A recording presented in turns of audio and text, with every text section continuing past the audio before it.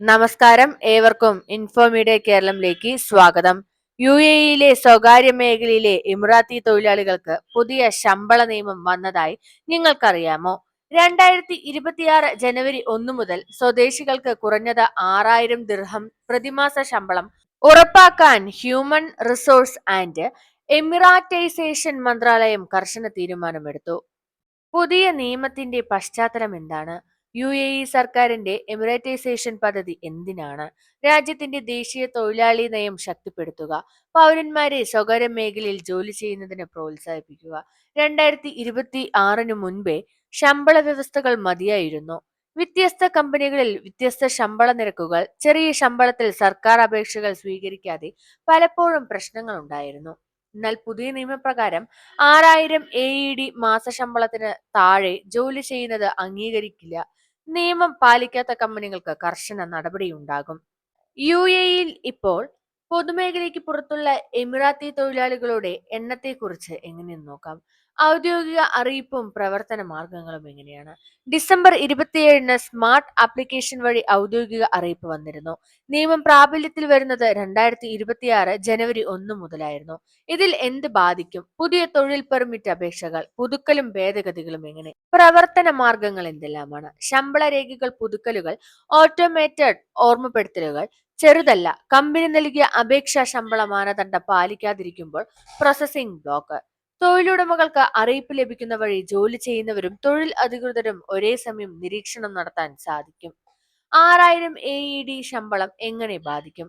എല്ലാ എമിറാത്തി തൊഴിലാളികൾക്കും ബാധകമാണ്. ശമ്പളം താഴെ രേഖപ്പെടുത്തിയാൽ അപേക്ഷ സ്വീകരിക്കില്ല, പ്രിന്റ് ചെയ്യാൻ അനുവദിക്കില്ല, പുതിയ തൊഴിൽ പെർമിറ്റുകൾ നൽകാതിരിക്കും.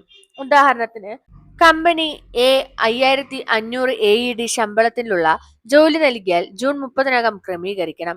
അതിനുശേഷം മുൻകൂർ നിയമലംഘനം ഉണ്ടെങ്കിൽ ജീവനക്കാരെ കോട്ടയിൽ നിന്ന് ഒഴിവാക്കും.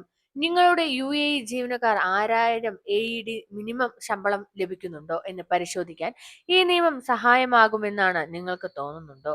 കമ്പനികൾക്കും ബാധ്യതകൾ: തൊഴിൽ പെർമിറ്റ് പുതുക്കൽ, ഭേദഗതി, പുതിയ നിയമാനുസരണം മാത്രം.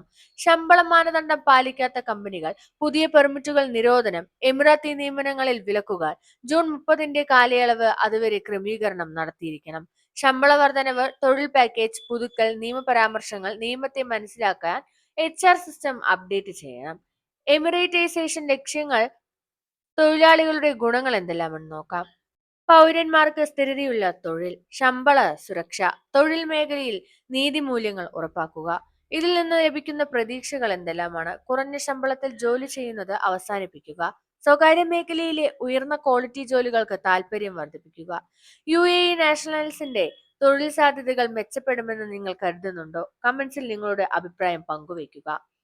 എംപ്ലോയീസിനും എംപ്ലോയേഴ്സിനും തമ്മിൽ എന്തെല്ലാം ഗൈഡുകളാണ് നൽകുന്നത്? എംപ്ലോയേഴ്സിന് ഓട്ടോമേറ്റഡ് അറിയിപ്പ് നിരീക്ഷിക്കുക, ശമ്പള മാനദണ്ഡം പരിശോധിക്കുക, ജൂൺ 30 ക്രമീകരണം ഉറപ്പാക്കുക. എംപ്ലോയീസ് എന്തെല്ലാമാണ് ഗൈഡ് ചെയ്യേണ്ടത്? ശമ്പള രേഖകൾ പരിശോധിക്കുക, HR സംശയങ്ങൾ ചർച്ച ചെയ്യുക, സർക്കാർ ആപ്ലിക്കേഷൻ വഴി പുതുക്കലുകൾ ട്രാക്ക് ചെയ്യുക. നിയമം പാലിക്കുന്നില്ലെങ്കിൽ തൊഴിൽ പെർമിറ്റുകൾ തടയപ്പെടും. എല്ലാ സുരക്ഷാ നീക്കങ്ങൾ ആഗോള സ്റ്റാൻഡേർഡുകൾക്കനുസരിച്ച് നടക്കുന്നതായിരിക്കും. ജനുവരി 1, 2026 നിയമം പ്രാബല്യത്തിൽ വരുന്നു. ജൂൺ 30, 2026 ശമ്പള ക്രമീകരണ അവസാന തീയതിയാകുന്നു.